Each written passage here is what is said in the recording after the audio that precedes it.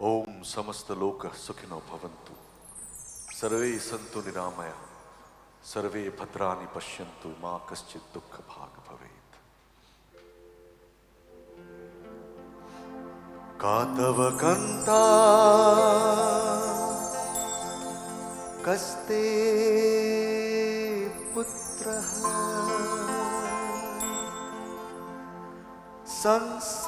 संसारो मयतीव विचित्रः कस्य त्वं वा कूतः अयातः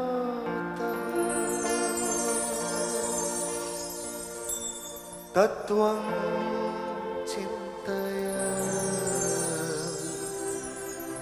यदीदं भातः भज गोविन्दं भज गोविन्दं गोविन्दं भज मूढवती हरि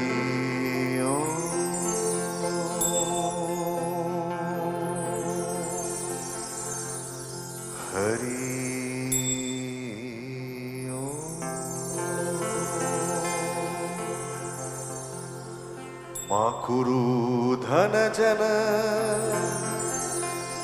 यौवनगर्वं हरति निमेषात् कालः सर्वम्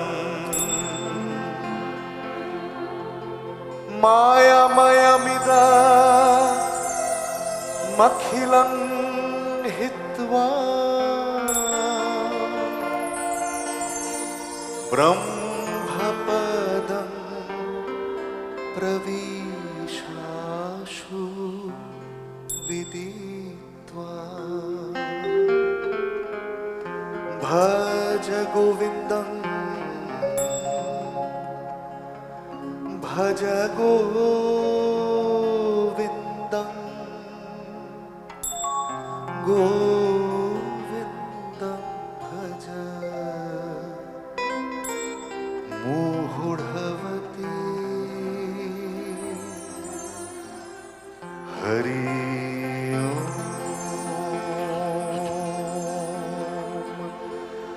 हरि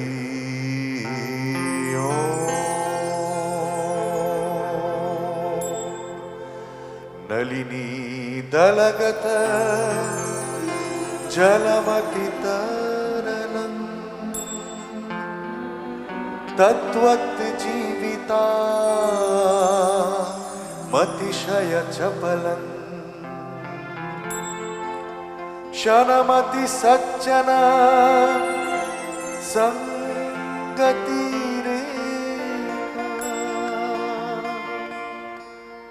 भवति भवार्णव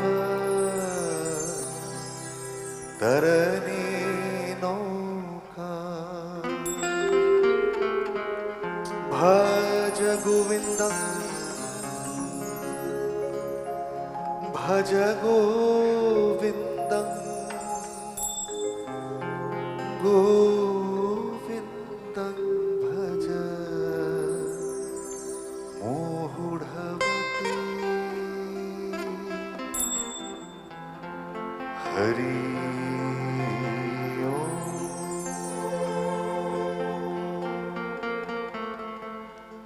हरि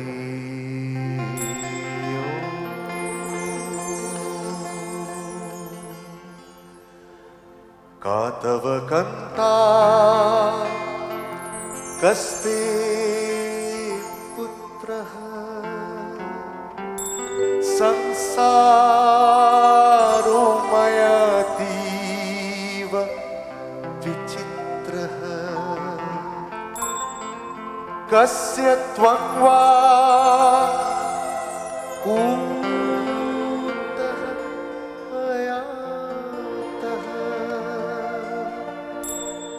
तत्त्वं चिन्तय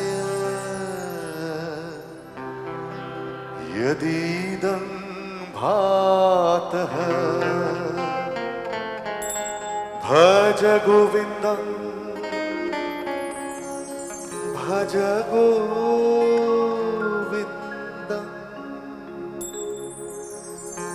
गोविन्दं भज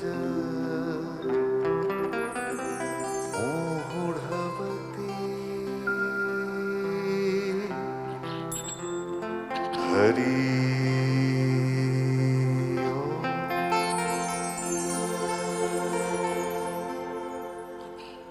हरि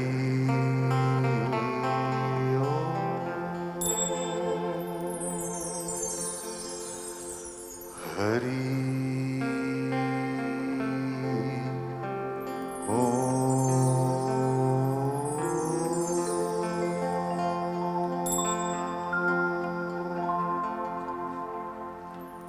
তিনি আসছেন সপ্তঋষির তিনি একজন স্বয়ং শিবের অংশ জন্মগ্রহণ করবেন আমাদের এই কলকাতায় মর্তধূলির ঘাসে ঘাসে তাই দিকে দিকে রোমাঞ্চ তাই সুরলোকে শঙ্খ আর নরলোকে প্রাণে প্রাণে তাঁরই আগমনী অবশেষে অবসান হলো অমরাত্রির অবশেষে আকাশে বাতাসে নবজীবনের আশ্বাস সমস্ত মহাকাশ জুড়ে মানব অভ্যুদয়ের এক অপূর্ব উদ্ভাস এলো সেই মহাজন্মের পরম লগ্ন পৌষের শেষ দিন 1269 মকর সংক্রান্তি ইংরেজি তারিখ 12 জানুয়ারি 1863 সোমবার জন্মালেন স্বয়ং সোমেশ্বর সোমবার ছাড়া আর কোন দিনই বা জন্মদিন হবে তার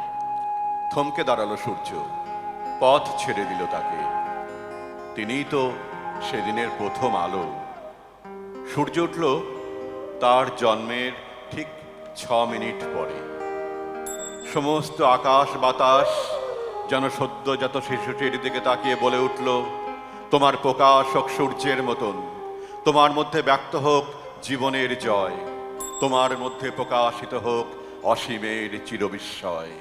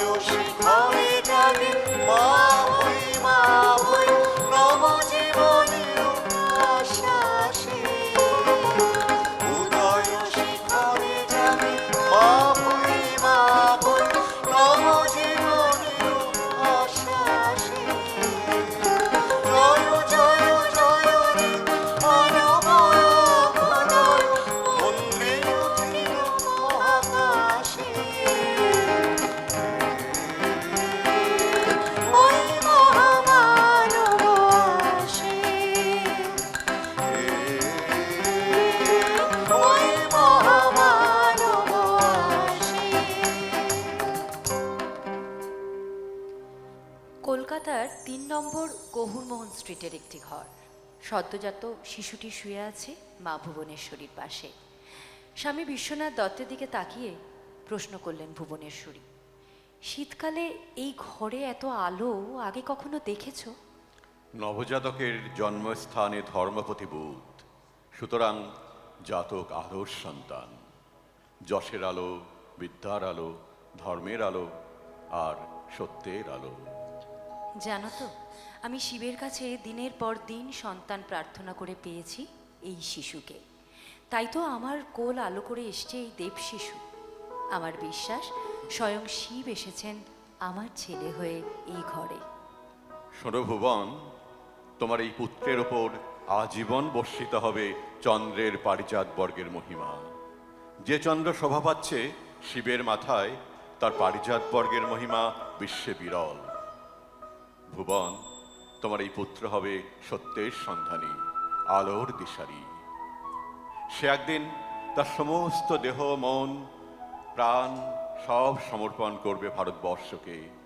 সে তার শেষ রক্তবিন্দু পর্যন্ত দান করবে দেশের কলঙ্ক মোচনে।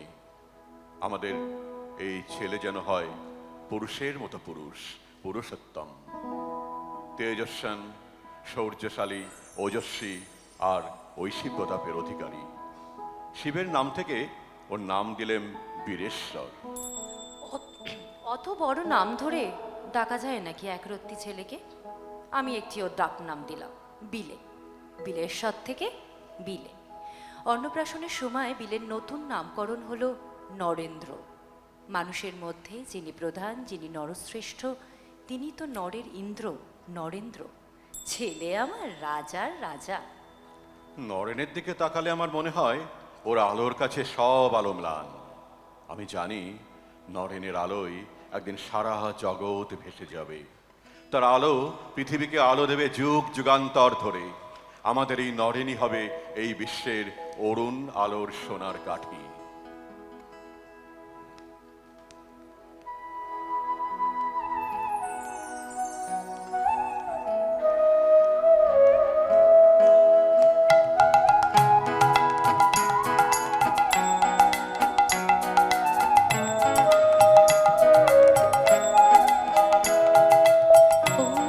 আলোতে প্রাণের প্রদীপ জ্বালে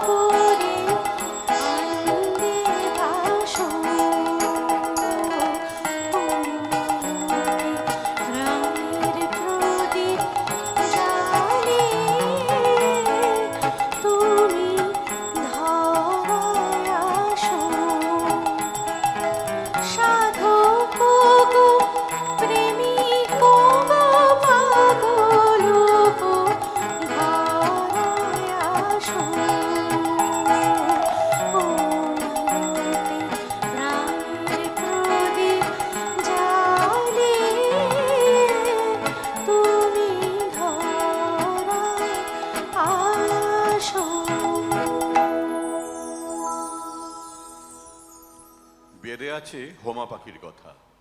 এ পাখি সর্বক্ষণ উঠছে খুব উঁচু আকাশে। সেই আকাশেই ডিম পাড়ে হোমা পাখি, ডিমটা আকাশ থেকে পড়তে থাকে।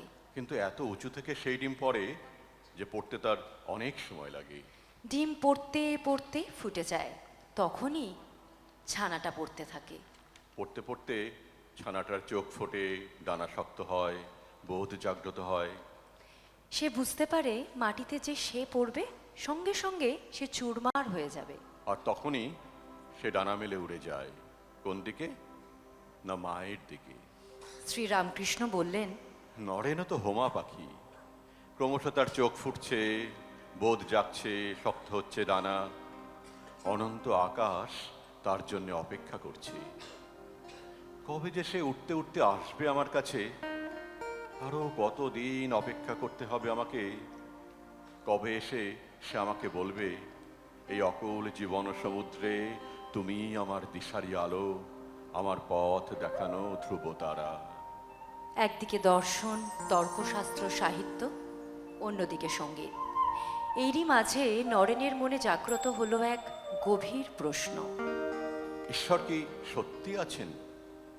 কি প্রমাণ আছে তার অস্তিত্বের? এমনকি কেউ আছেন যিনি ভগবানকে দেখেছেন? নরেনের এই ঈশ্বর চেতনা তার পিনাকেতে দিল প্রথম টঙ্কার। তার মনের আকাশে জাগলো ঘূর্ণি, অস্তিত্বের গহনে লাগলো কম্পন।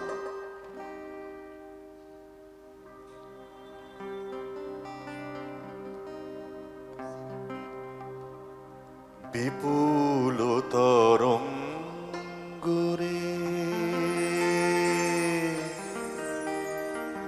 বিপুল তরঙ্গরে, সব গগন উদ্বেলিয়া মগন করি অতীত অনাগত আলোকে উজ্জ্বল জীবনে চঞ্চল একে আনন্দ তরঙ্গ বিপুল তরঙ্গরে,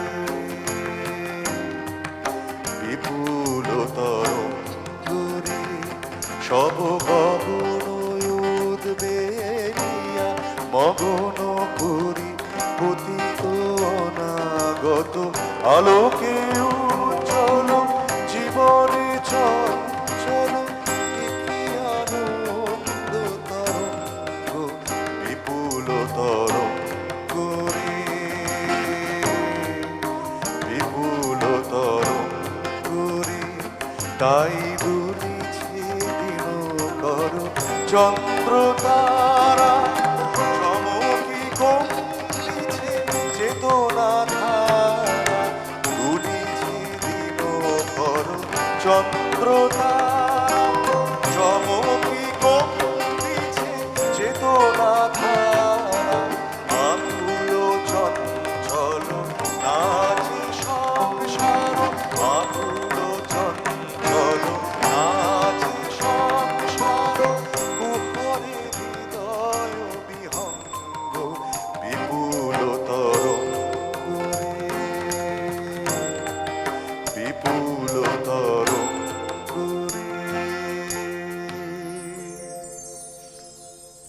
কে দেবে ঈশ্বরের সন্ধান?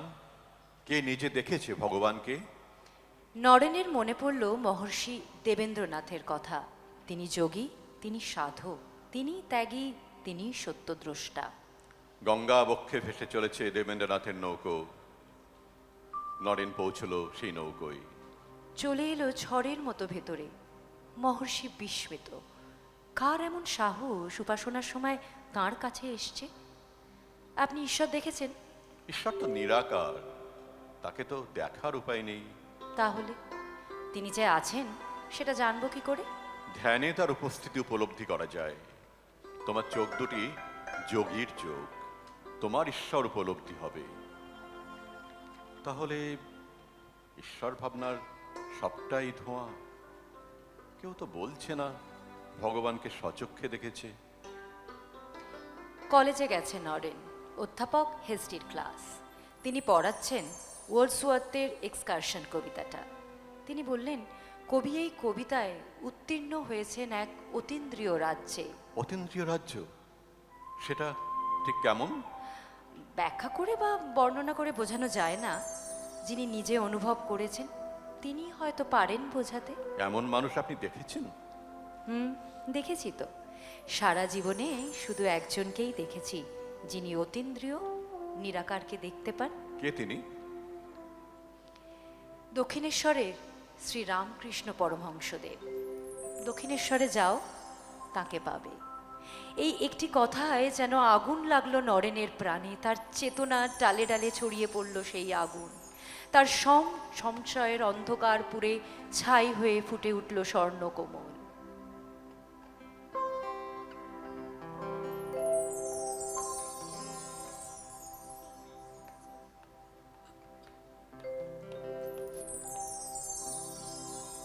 তুমি যে সুরের আগুন লাগিয়ে দিলে মোর প্রাণে, এই আগুন ছড়িয়ে গেল, এই আগুন ছড়িয়ে গেল সবখানে, সবখানে, সবখানে। তুমি যে সুরের আগুন লাগিয়ে দিলে মোর প্রাণে, এই আগুন ছড়িয়ে গেল, এই আগুন ছড়িয়ে গেল সবখানে, সবখানে, সবখানে। তুমি যে সুরের আগুন লাগিয়ে দিলে মোর প্রাণে।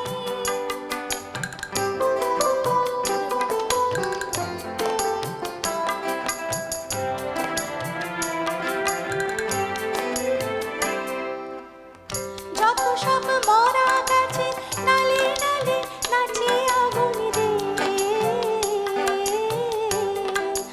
নাচে আগুন তালে তালে, আকাশে হাত তুলে সে তার পানে, তার পানে, তার পানে। তুমি যে সুরের আগুন লাগিয়ে দিলে মোর প্রাণে, এই আগুন ছড়িয়ে গেল, এই আগুন ছড়িয়ে গেল সবখানে, সবখানে, সবখানে। তুমি যে সুরের আগুন লাগিয়ে দিলে মোর প্রাণে।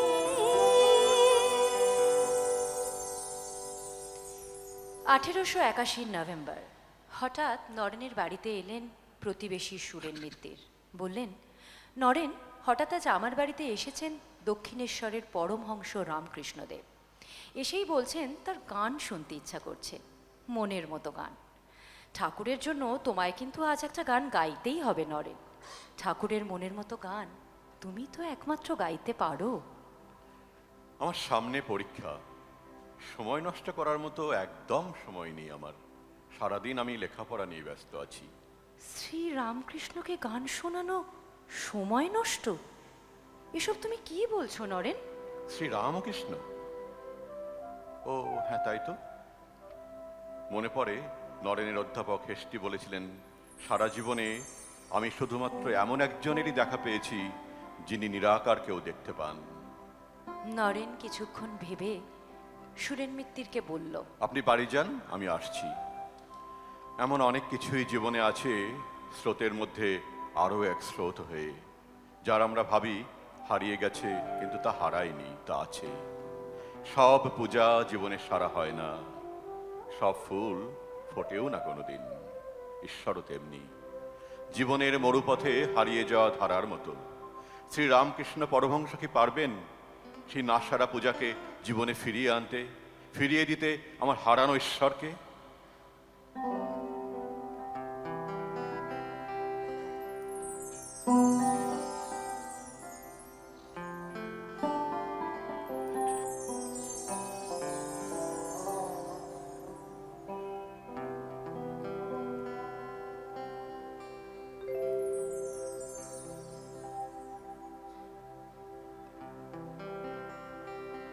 জীবন মরণে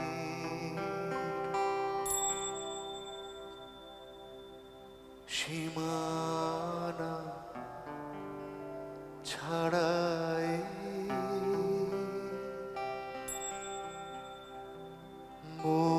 বন্ধু হে আমার রয়েছ দাঁড়ায়ে জীবন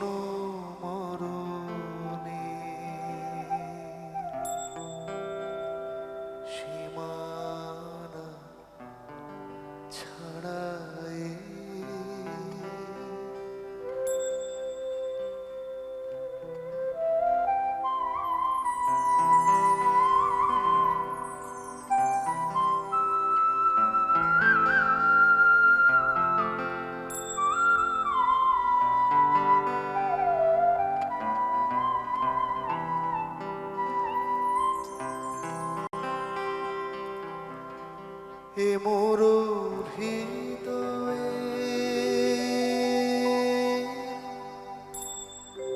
বিজন আকাশে তোমার মহাশা আলোতে ঢাকাশে এ মোর হৃদয়ে বিজন আকাশে তোমার মহাশা আলোতে ঢাকাশে গভীর কি আশায় নিবিড় পুলকে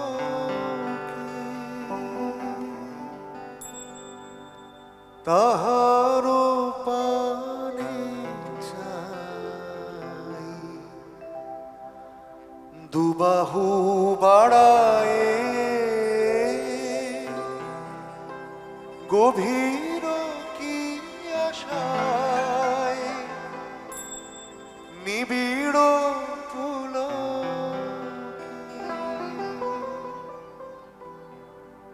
তাহার পানে ছাই দুবাহু বাড়ায় জীবন মরণের সীমানা ছাড়াই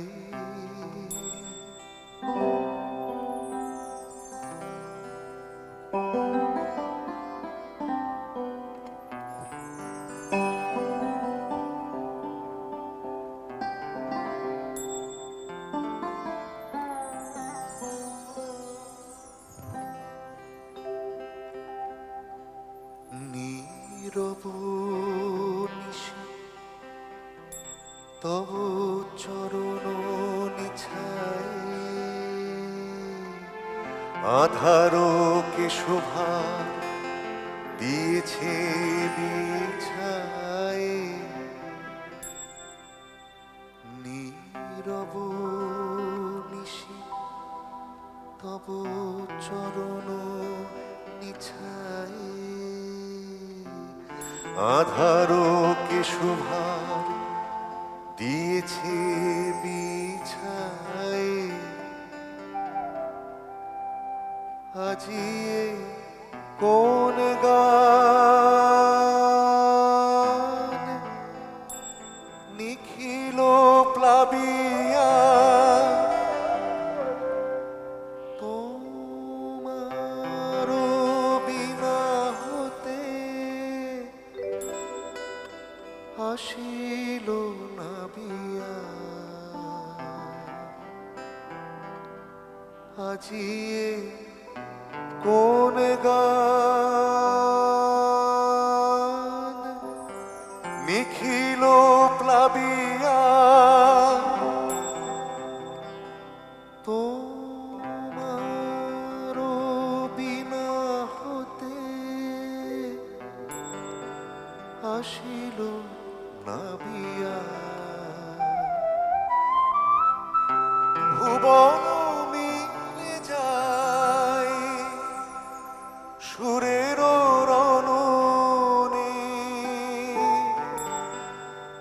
গানের বেদনায়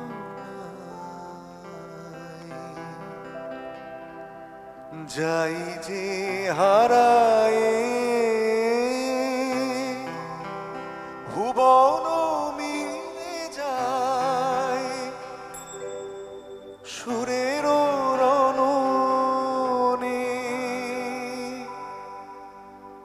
গানের বেদনা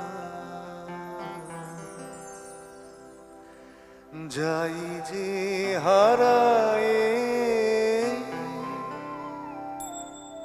জীবন মরণে সীমানা ছাড়াই বন্ধু হে আমার রয়েছ দাঁড়ায় জীবন মরণে সীমানা ছাড়াই।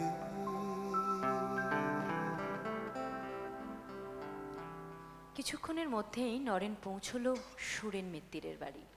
ইতিমধ্যেই শ্রী রামকৃষ্ণকে ঘিরে ভিড় জমে উঠেছে। নরেন ঘরে ঢুকতেই শ্রী রামকৃষ্ণ তাকালেন তার দিকে, দেখেই চিনলেন।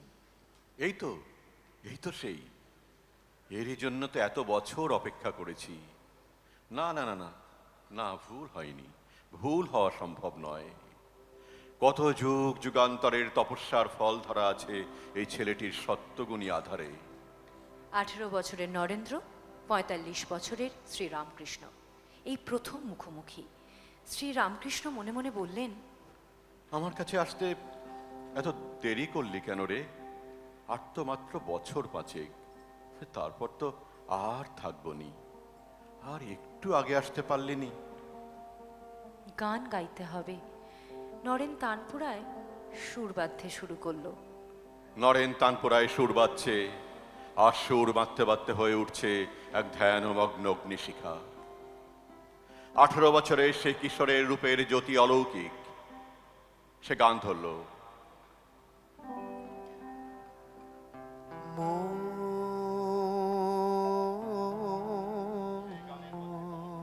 হলো সেই গানের মধ্যে ক্রমশ বিস্তারিত হলো এক অনন্ত উদাস আকাশ, এক মগ্ন গভীর ধ্যান।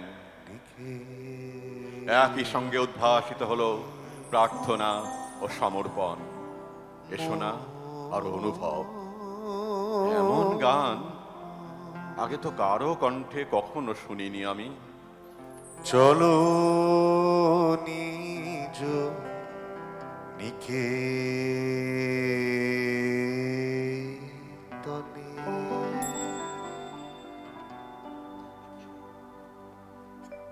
সংসার বিদেশে,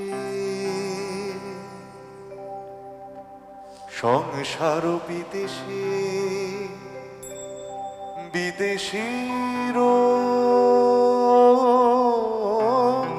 দেশে ভ্রম কেন অকারণে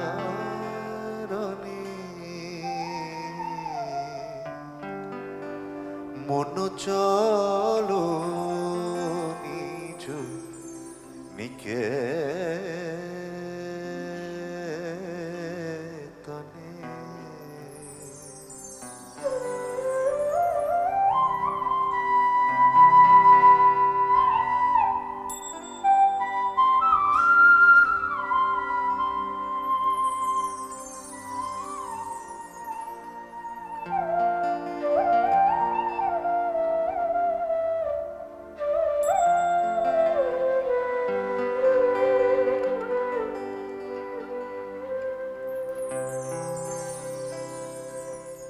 বিষয় পঞ্চক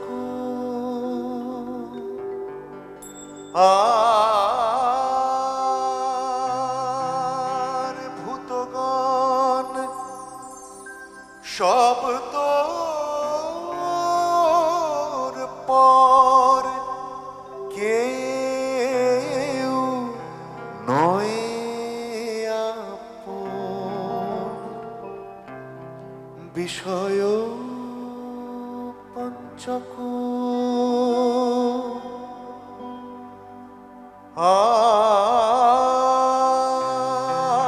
আর ভূতগণ সব তোর পর, কেউ নয় আপন। পরম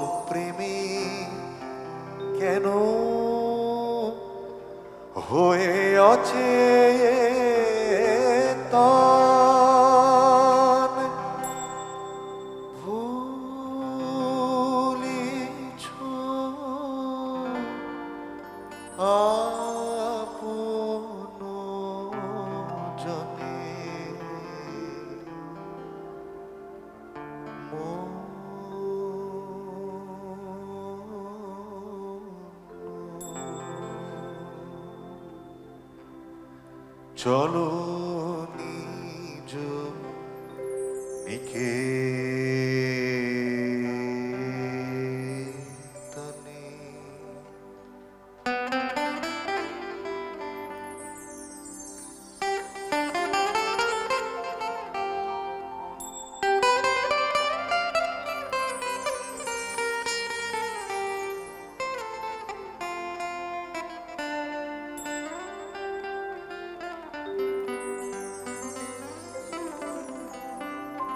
সত্য পথে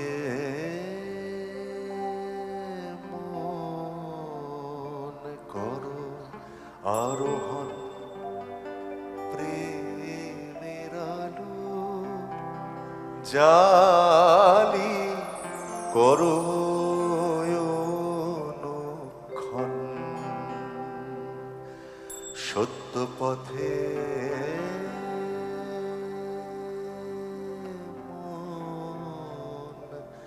করো আরোহণ, প্রেমের আলো জালি করো অনুক্ষণ। সঙ্গেতে সম্বল রাখো পুণ্য ধন, গোপনে অতি যতনে।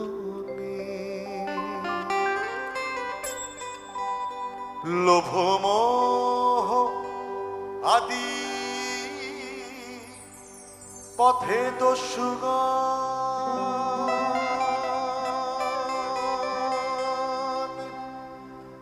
পথিকে করে সর্বস্ব মোষণ।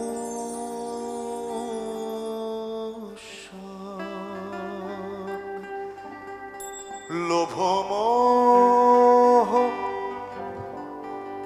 আদি পথে দস্যুগণ, পথিকে করে সর্বস্ব মোষণ।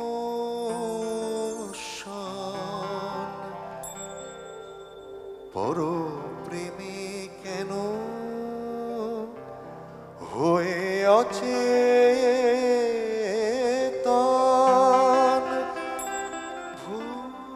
ভুলিছ আপন জনে। মন চলো নিজ নিকেতনে।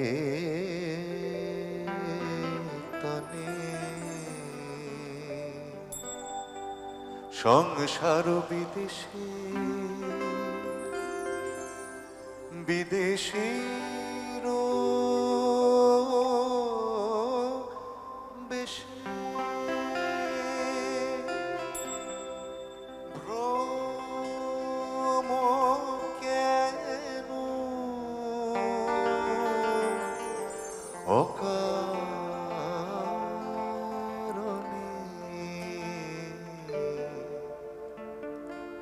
মন চলো নিজ নিকেতনে।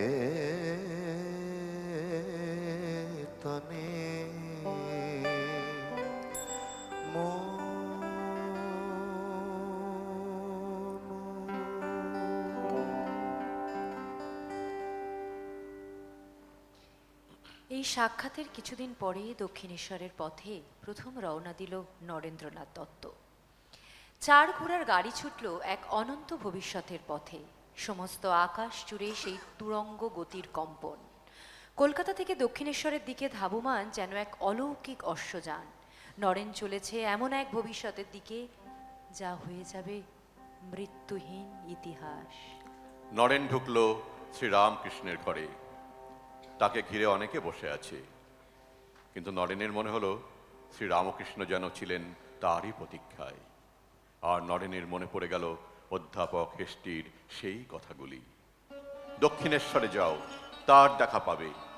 তিনি নিরাকারকে দেখতে পান, তিনি উপলব্ধি করেছেন অতীন্দ্রিয়কে, দেখতে পেয়েছেন সীমার মাঝে অসীমকে, তিনি পরমহংস শ্রীরামকৃষ্ণ।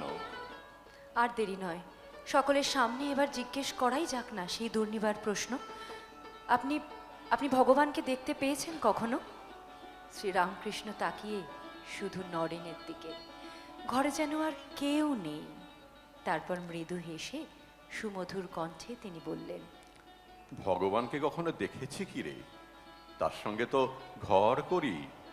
কিভাবে দেখেন তাকে, আপনার ভগবানকে? এই এই এই যেমন তোকে দেখছি তেমনি দেখি, তবে আরো আরো স্পষ্টভাবে। কথা বলেন ভগবানের সঙ্গে? আরে ভগবানের সঙ্গে তো ঘর করি রে নরেন। যার সঙ্গে ঘর করি তার সঙ্গে কথা না বলে থাকি কি করে বল? কিন্তু ভগবান কি আপনার সঙ্গে কথা বলে? দেখ দেখি, ভগবানও তো আমার সঙ্গে ঘর করে রে। ঘর করে আর কথা বলবি নে, তা কি করে হয়? আমাদের মা বেটার সম্পর্ক শুধু কি কথা? মান, অভিমান, রাগ, আদর, ভালোবাসা এসব নিয়েই তো আমাদের মা বেটার রোজের সংসার রে। কি করে দেখা পাওয়া যায় ভগবানের? চাইলেই পাওয়া যায় রে নরেন, কিন্তু কে তাকে চায় বল? লোকে বিপদে পড়লে মন্দিরে ছোটে, পুজো দেয়, মানত করে, কিন্তু ওটা কি ভগবানকে চাওয়া বল?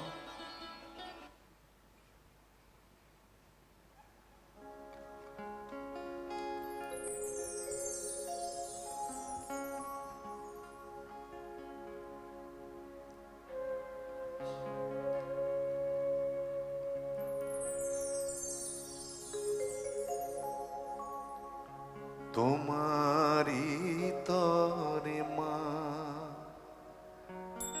সপিনুয়ে দেহ, তোমারি তরে মা সপিনু প্রাণ, তোমারি সুখে এ আখি বরষিবে,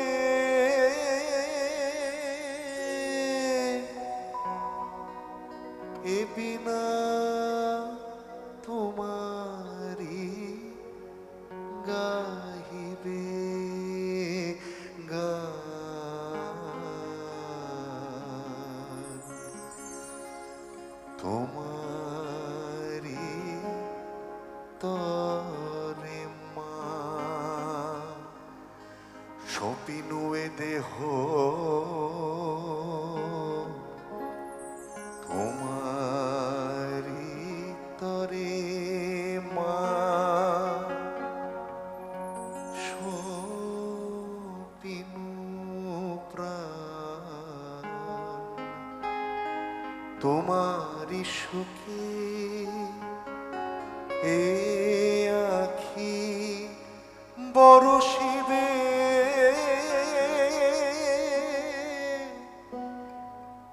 এ বিনা তোমারি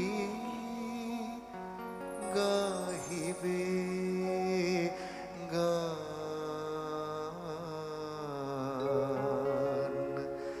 তোমারি তরে মা।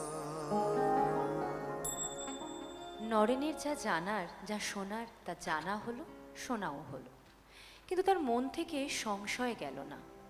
এবার যে বাড়ি যেতে হবে। বিদায় নেবার আগে নরেন শ্রীরামকৃষ্ণের শ্রীচরণ ছুঁয়ে প্রণাম করল। তাকে স্পর্শ করার সঙ্গে সঙ্গেই ঘটল এক অবিস্মরণীয়, অনির্বচনীয়, অকল্পনীয় ঘটনা। নরেন স্পষ্ট দেখছে ঘরের সব জিনিস, দেয়াল প্রচন্ড বেগে ঘুরছে, ঘুরতে ঘুরতে সব কিছু লীন হয়ে যাচ্ছে, একাকার হয়ে মিলিয়ে যাচ্ছে। সমগ্র বিশ্ব ছুটছে ছুটছে মহাকাল, আর নরেনের আমিত্ব বিলীন হয়ে গেল সেই সর্বগ্রাসী মহাকালের গর্ভে। আমিত্বের নামই মরণ। নরেন তার অস্তিত্ব হারালো। সে লুটিয়েই থাকলো শ্রীরামকৃষ্ণের শ্রীচরণে, একটি নমস্কারে, শুধু একটি নমস্কারে। তার সমস্ত মন পড়ে থাকলো সেই অনির্বচনীয়ের ভবন দ্বারে। একটি নমস্কারে প্রভু, একটি নমস্কারে, একটি নমস্কারে প্রভু, একটি নমস্কারে, সকল দেহ লুটিয়ে পড়ুক তোমার এ সংসারে।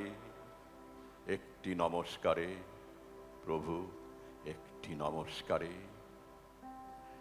ঘন শ্রাবণে মেঘের মতো রসের ভারে নম্র নত, একটি নমস্কারে প্রভু, একটি নমস্কারে। সমস্ত মন পড়িয়া থাক তব ভবন দ্বারে, সমস্ত প্রাণ উড়ে চলুক মহামরণ পারে। একটি নমস্কারে প্রভু, একটি নমস্কারে। দেখতে দেখতে কেটে গেল পাঁচটি বছর। সেদিন শ্রাবণ সংক্রান্তি, ঝুলোর পূর্ণিমা, 16ই অগস্ট 1886 সাল, রাত 1:02। পৃথিবী থেকে বিদায় নিলেন শ্রীরামকৃষ্ণ। 3 বার কালী কালী কালী বলে লীন হলেন মহা সমাধিতে। আরও 5 মাস পরে সবে শুরু হয়েছে 1887 সাল, শীতের ভোরবেলা। পবিত্র বিরচা হোমের বিশুদ্ধ বহ্নিকুণ্ডের সামনে উপবিষ্ট নরেন। পূবের আকাশে সবে ফুটেছে দিনের প্রথম আলো। নরেন সন্ন্যাস নিচ্ছে। সে উত্তীর্ণ হচ্ছে নবজন্মে। 24 বছর বয়সে সে নিজেই নিজের পিণ্ডদান করছে, ঘোষণা করছে নিজেকে মৃত বলে। মুছে দিচ্ছে তার নাম ধাম অতীত, কাটিয়ে ফেলছে সমস্ত পিছুটান সংসারের মায়া। বিরজা মন্ত্র উচ্চারণ করে মাত্র 24 বছরের নরেন বলছে, অতীত তুমি সম্পূর্ণ মুছে যাও, লুপ্ত হও সংসার, মুছে যাক মায়ের বন্ধন। এই যে আমি ছেড়ে যাচ্ছি, চলে যাচ্ছি, বিদায় নিচ্ছি, উত্তীর্ণ হচ্ছি এক জন্ম থেকে অন্য জীবনে, যেন না থাকে কোনো পিছুটান, শোচনা আর স্মৃতিক্লিষ্টতা। আনন্দ তুমি স্বামী, ওঠো, জাগ্রত হও, প্রতিশ্রুত হও বিরজা হোমাগ্নির কাছে। ঈশ্বরের জন্য সর্বস্ব ত্যাগ, এই ব্রত যেন প্রতিদিন প্রতি মুহূর্তে উদযাপিত হয় আমার জীবনে। প্রতিদিন আমি হে জীবন স্বামী দাঁড়াবো তোমারই সম্মুখে, করি জোর কর হে ভুবনেশ্বর, দাঁড়াবো তোমারই সম্মুখে। তোমার অপার আকাশের তলে বিজনে বিরলে হে, নম্র হৃদয়ে নয়নের জলে দাঁড়াবো তোমারই সম্মুখে। প্রতিদিন আমি হে জীবন স্বামী দাঁড়াবো তোমারই সম্মুখে। নরেনের কণ্ঠে প্রবল মন্ত্রের বিশুদ্ধ উচ্চারণ যেন ফিরিয়ে নিয়ে এলো উপনিষদের ভারতবর্ষ, তপবনের শুদ্ধি আর পূর্ণতা।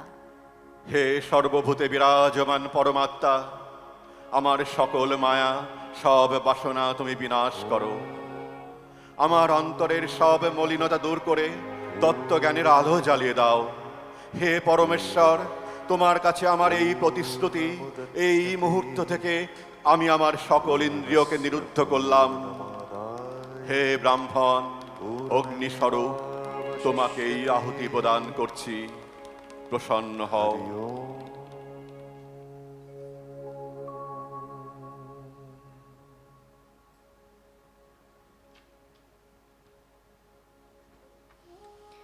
নরেন যেন নিজেই হোমের অগ্নিশিখা, জ্বলে উঠছে ঊর্ধ্বপানে।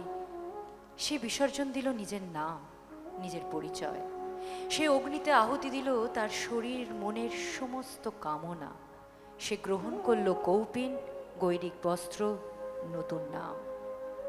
সমস্ত আকাশ জুড়ে যেন ধ্বনিত হলো সেই নাম, বিবেকানন্দ, বিবেকানন্দ, বিবেকানন্দ। সে নামখানি নেমে এলো ভুয়ে, নরেনের ললাট ছুঁয়ে। উঠে দাঁড়ালো নবীন তাপস, দিনের প্রথম আলোর দিকে তাকিয়ে বলল সেই হিরণময় তরুণ, আমি ভগবানের জন্য গৃহত্যাগ করেছি। সারা ভারতবর্ষের পথে পথে আমাকে চলতে হবে সেই ভগবানের খোঁজে। দেখা পেতে হবে মানুষ বেশি ভগবানের। শিব জ্ঞানে সেবা করতে হবে মানুষের। মানুষের চেয়ে বড় ভগবান আমার কাছে আর কেউ নয়। আমি হতে চাই মানুষ ভগবানের বন্ধু। আমার মুক্তি সর্বজনের মনের মাঝে। আমি হতে চাই মানুষের প্রাণ ও সখা।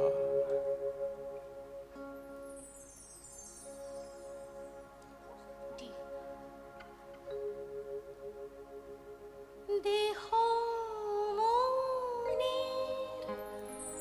সুদূর পারে হারিয়ে ফেলে আপনারে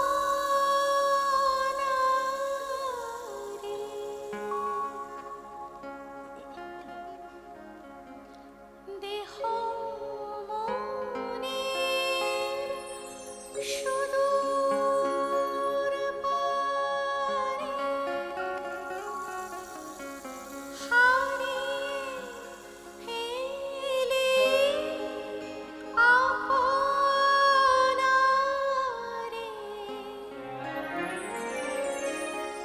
গানের সুরে আমার মুক্তি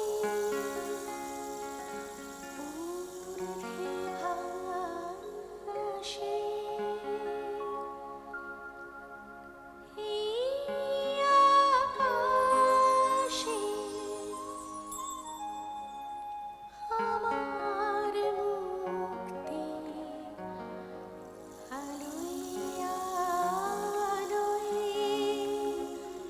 এই আকাশে আমার মুক্তি আলোয় আলোয় আমার মুক্তি ধুলায় ধুলায় ঘাসে ঘাসে এই আকাশে আমার মুক্তি আলোয় আলোয়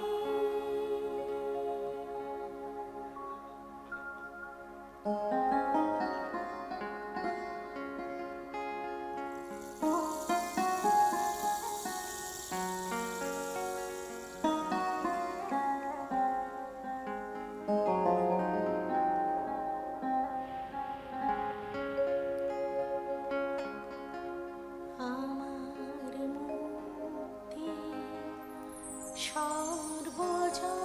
সর্বজনের মনের মাঝে দুঃখ বিপদ তুচ্ছ করা কঠিন কাজে বিশ্বধাতার যজ্ঞশালা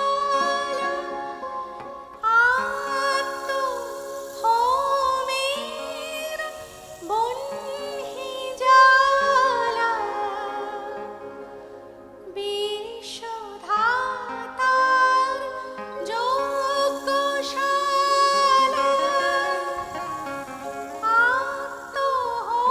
আত্মহোমের বহ্নি জ্বালা জীবন যেন দিয়াহুতি মুক্তি আসে এই আকাশে আমার মুক্তি আলোয় আলোয় এই আকাশে আমার মুক্তি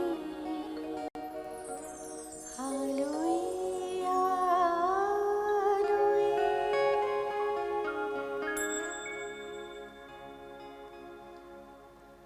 কেটে গেছে আরও 6 বছর। বিবেকানন্দর বয়স ঠিক 30। তিনি একাধিকবার বলেছেন তার জীবন 40 পেরোবে না।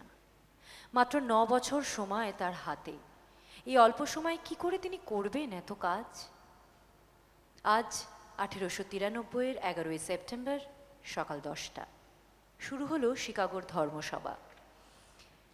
সেখানে ভারতবর্ষের প্রতিনিধি 30 বছরের তরুণ সন্ন্যাসী স্বামী বিবেকানন্দ। সবাই পড়ে শোনাবে বিরাট বিরাট ভাষণ। বিবেকানন্দের হাতে এক টুকরো চিরকুট মাত্র। তিনি কিছু বলবার জন্য এতটুকু তৈরি হয়ে আসেননি। পারবেন কি তিনি বিশ্ব ধর্মসভায় হিন্দু ধর্মের সার সত্যটুকুকে তুলে ধরতে? প্রাচীন উপনিষদ কি তার কণ্ঠে আরও একবার কথা বলে উঠবে? এই অপূর্ব দর্শন সন্ন্যাসীর রক্তে প্রবাহিত হয়ে ভারতবর্ষের যে পৌরাণিক প্রজ্ঞা, তা কি আরও একবার ছড়িয়ে পড়বে ধর্মসভার মঞ্চ থেকে সারা বিশ্বে? যতবার বিবেকানন্দের ডাক এসছে কিছু বলবার জন্য, ততবারই তিনি কেন বলছেন পরে বলবো? বিকেলবেলা শেষ ডাক এলো তার। এবার তো তাকে উঠতেই হবে, কিন্তু তার গলা শুকিয়ে যাচ্ছে, বুক ধড়ফড় করছে। হঠাৎ বুকের মধ্যে কার কণ্ঠ? শ্রীরামকৃষ্ণের। ওঠ ওঠ ওঠ ওঠ ওঠ ওঠ নরেন ওঠ। সমস্ত পৃথিবী যে তোর দিকে তাকিয়ে আছে রে। সময় এসেছে, আর দেরি করিসনি। মা আজ তোকে কোথায় নিয়ে যায় দেখ। বিবেকানন্দ উঠলেন, এলেন মঞ্চের মাঝখানে। তার মুখ থেকে যেন ঝরে পড়ল ভাষণের প্রথম লাইনটি। Sisters and brothers of America. আর অমনি যেন কেঁপে উঠল বিশ্ব। 7,000 মানুষ দাঁড়িয়ে উঠলেন বিহবল মুগ্ধতায়। 2 মিনিট ধরে গর্জে উঠল করতালি। অভূতপূর্ব, অবিশ্বাস্য এই স্বতঃস্ফূর্ত অভিনন্দন। বিবেকানন্দের হাতে নেই কোনো লিখিত ভাষণ, তবু অনর্গল বলে চললেন ভারতবর্ষের এই নবীন প্রতিনিধি। তার তেজস্বী কণ্ঠস্বর, তার সুঠাম ইংরেজি, তার বলিষ্ঠ ব্যক্তিত্ব, তার আধ্যাত্মিক রূপ মুগ্ধ করল গোটা বিশ্বকে। It fills my heart with joy unspeakable to rise in response to the warm and cordial welcome which you have given us. I thank you in the name of the most ancient order of monks in the world. I thank you in the name of the mother of religions. I thank you in the name of the millions and millions of Hindu people of all classes and sects. I am proud to belong to a religion which has taught the world both tolerance and universal acceptance. শেষ হলো বিবেকানন্দের ভাষণ, তাঁর হৃদয় বার্তা। 7,000 মানুষ করতালি দিতে দিতে যে তারই দিকে ছুটে আসছে, শুধু একটিবার তাকে স্পর্শ করবে বলে। বিবেকানন্দ অভিষিক্ত হলেন শিকাগোর মঞ্চে, ভারতবর্ষের প্রথম ও শেষ সন্ন্যাসী রাজা, যিনি এবার মানুষের জন্য উজাড় করে দেবেন তার যা কিছু সম্বল।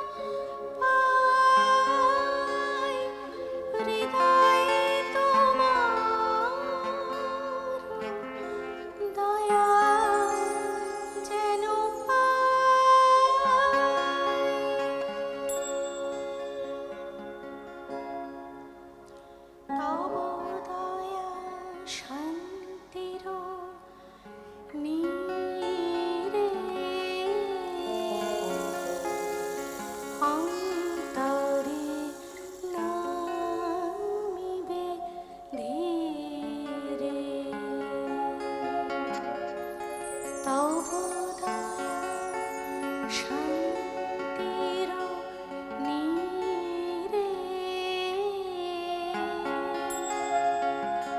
অন্তরে নামিবে ধীরে তব দয়া মঙ্গল আলো জীবন আধারে জালো তব দয়া মঙ্গল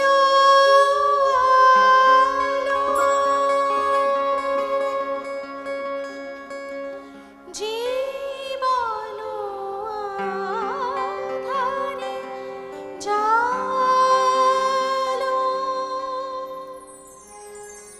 প্রেম ভক্তি মম সকল শক্তি মম তোমারি দয়ারূপে পাই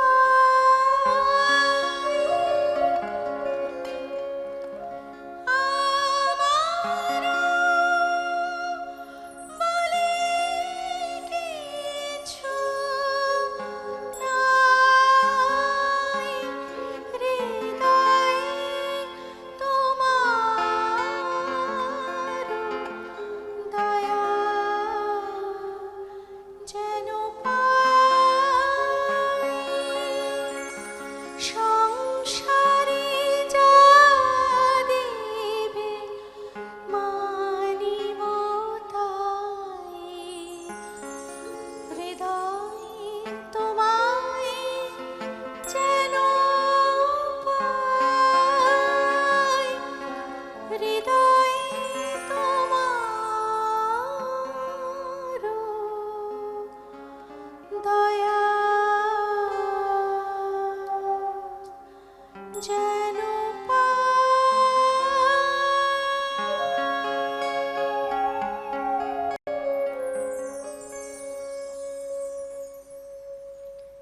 মিশরে বিবেকানন্দ, সেখানে তার সঙ্গী ফরাসি নৃত্যশিল্পী শ্রীমতী কালভে। স্বামীজি ক্লান্ত, গত 9 বছর শুধু কাজ করেছেন দেশের জন্যে। তিনি ক্লান্ত, ক্রমেই অসুস্থ হয়ে পড়ছেন। তিনি কাঁদছেন আর বলছেন, আমি দেশে ফিরতে চাই।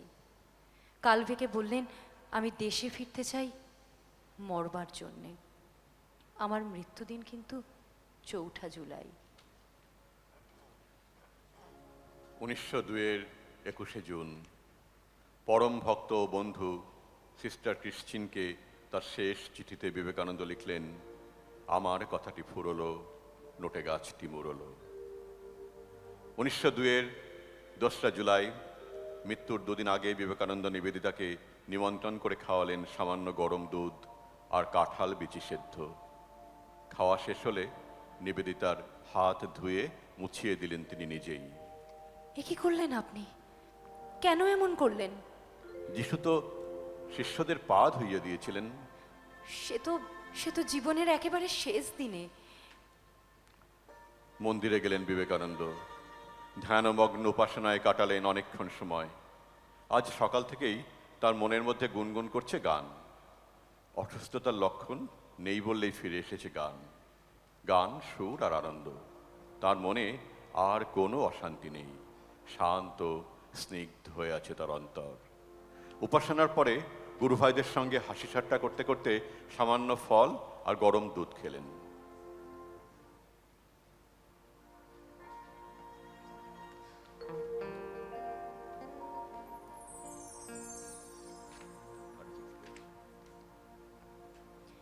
বেলা বাড়ল। 12:30 নাগাদ প্রেমানন্দকে ডাকলেন তিনি। বললেন, আমার পুজোর আসন কর ঠাকুরের শয়ন ঘরে। চারিদিকের দরজা জানলা সব বন্ধ করে দে, আমি ধ্যানে বসবো। বেলা 11টা পর্যন্ত ধ্যানে মগ্ন হয়ে রইলেন স্বামীজি। ধ্যান ভাঙলে ঠাকুরের বিছানা ঝেড়ে গান গাইতে গাইতে বেরিয়ে এলেন তিনি।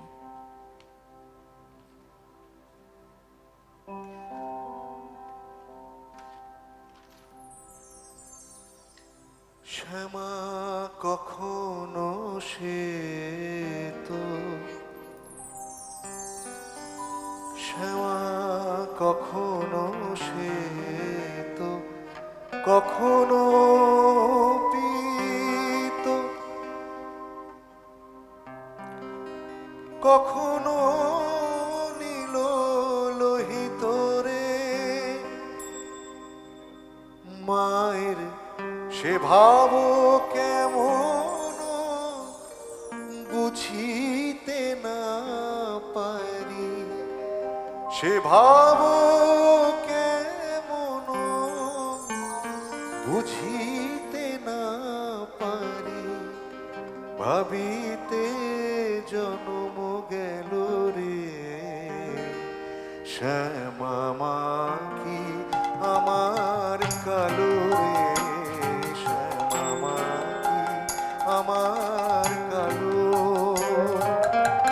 লোকে বলে কালি কালো, আমার মন তো বলে না কালো রে। কালো রূপে দিগম্বরী, কালো রূপে দিগম্বরী, হৃদিপত করে মোরালো রে, শ্যামা মা কি আমার কালো।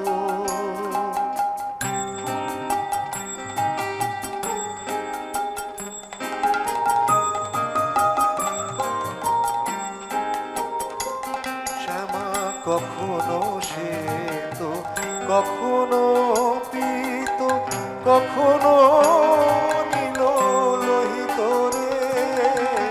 কখনো সে তো, কখনো পীত, কখনো নীল লোহিত রে। মায়ের সে ভাব ভাবিয়া কেমন না জানি, এ ভাব ভাবিয়া কেমন না জানি। ভাবিতে জন্ম গেল রে, শ্যামা মা কি আমার কালো রে, শ্যামা মা কি আমার কালো। লোকে বলে কালি কালো, আমার মন তো বলে না কালো রে। কালো রূপে দিগম্বরী, কালো রূপে দিগম্বরী, হৃদিপত করে মোরালো রে, শ্যামা মা কি আমার কালো রে, শ্যামা মা কি আমার কালো।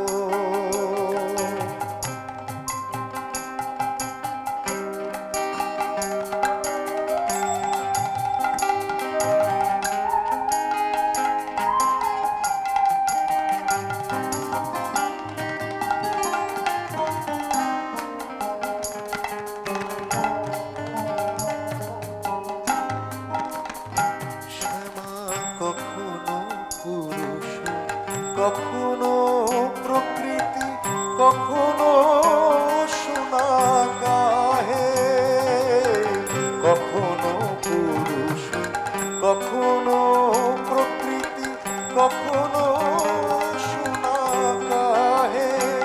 মায়ের সে ভাব ভাবিয়া কমলা কান্ত, সে ভাব ভাবিয়া কমলা কান্ত, সহজে পাগল হলো রে, শ্যামা মা কি আমার কালো রে, শ্যামা মা কি আমার কালো। কালো লোকে বলে কালি কালো,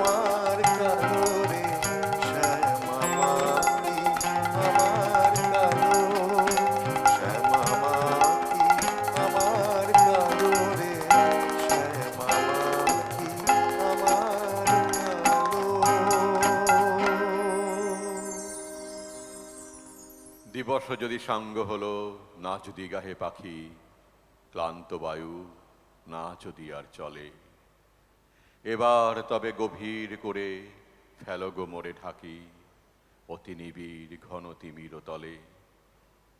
স্বপ্ন দিয়ে গোপনে ধীরে ধীরে যেমন করে ঢেকেছে ধরণীরে, যেমন করে ঢেকেছ তুমি মুদিয়া পড়া আঁখি, ঢেকেছ তুমি রাতের শতদলে।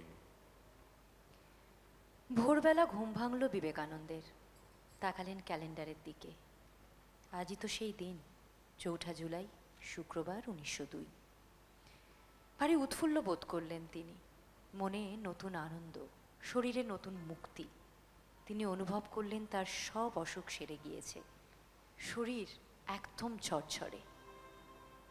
বেলা 11:30টার মধ্যেই দুপুরের খাওয়া সারতে বসলেন বিবেকানন্দ।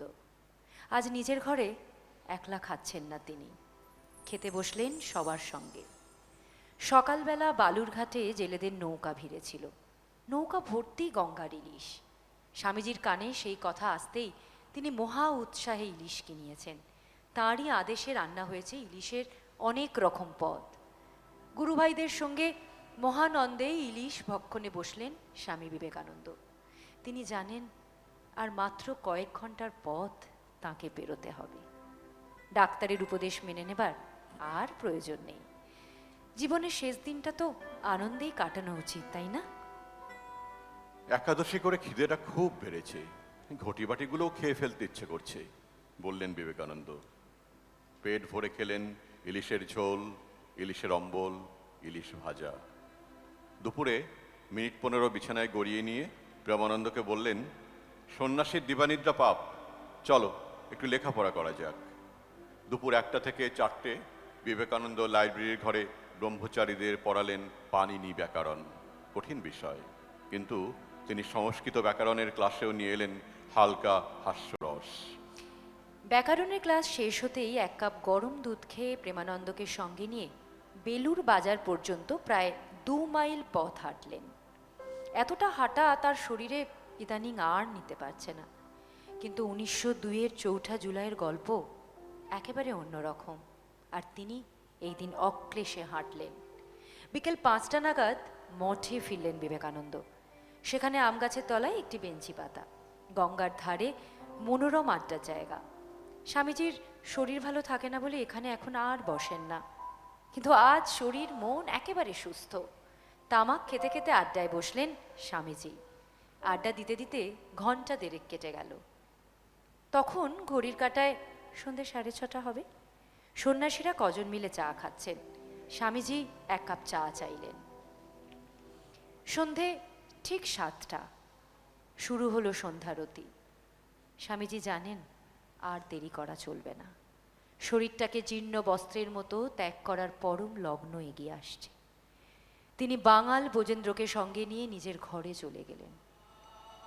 বোজেন্দ্র বললেন, আমাকে 2 ছড়া মালা দিয়ে তুই বাইরে বসে জপ কর, আমি না ডাকলে কিন্তু আসবি নে।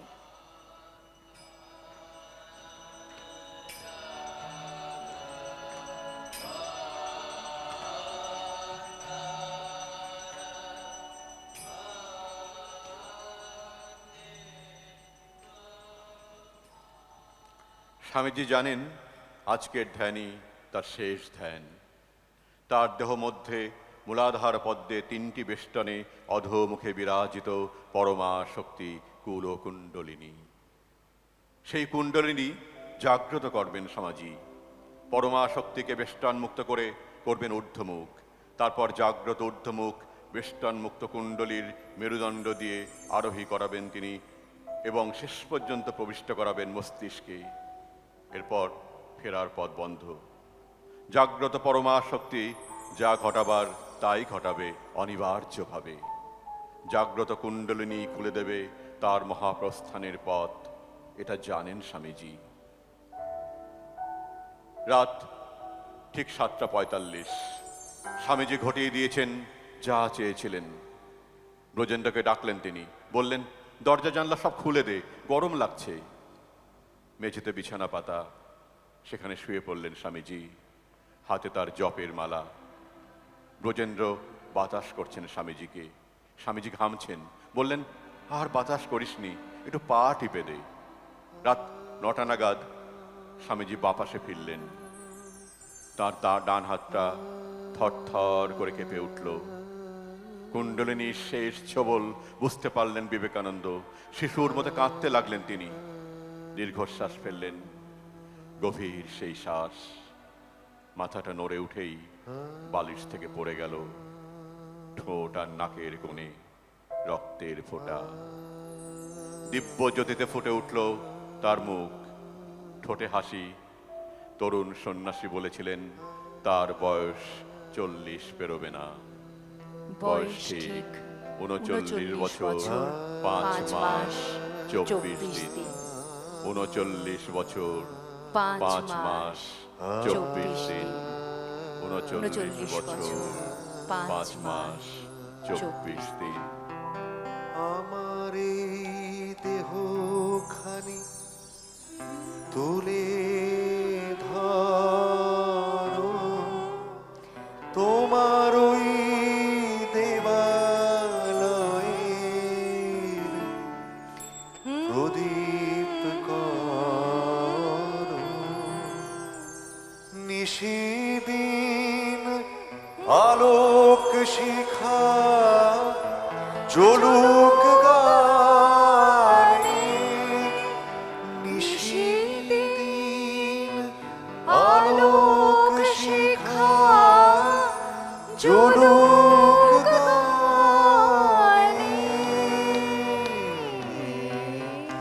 আগুনের পরশমণি যারা যারা গানটা জানেন সকলে করুন আমাদের সঙ্গে, প্রাণ গলা খুলে করুন। এই জীবন পূর্ণ করো, এই জীবন পূর্ণ করো, এই জীবন পূর্ণ করো। আগুনের পরশমণি ছোঁয়াও প্রাণে, এই জীবন পূর্ণ করো, এই জীবন পূর্ণ করো, এই জীবন পূর্ণ করো, এই জীবন পূর্ণ করো। দহন দানে আগুনের পরশমণি ছোঁয়াও প্রাণে, এ জীবন পূর্ণ করো, এ জীবন পূর্ণ করো, এই জীবন পূর্ণ করো।